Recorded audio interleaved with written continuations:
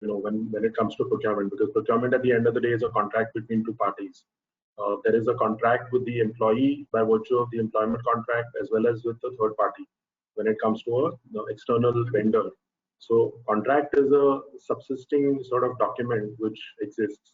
At the same time, you are entering into certain arrangements which may require a diligence prior to getting into the procurement transaction, because procurement by itself is a screening process. It's not yet consummated in the form of a transaction. So before the transaction is actually entered into, there is a due diligence process which needs to happen, and there are multiple stakeholders involved, and therefore more number of people means more complexity. So I think I'll try and cover as much as I can in the time that I have.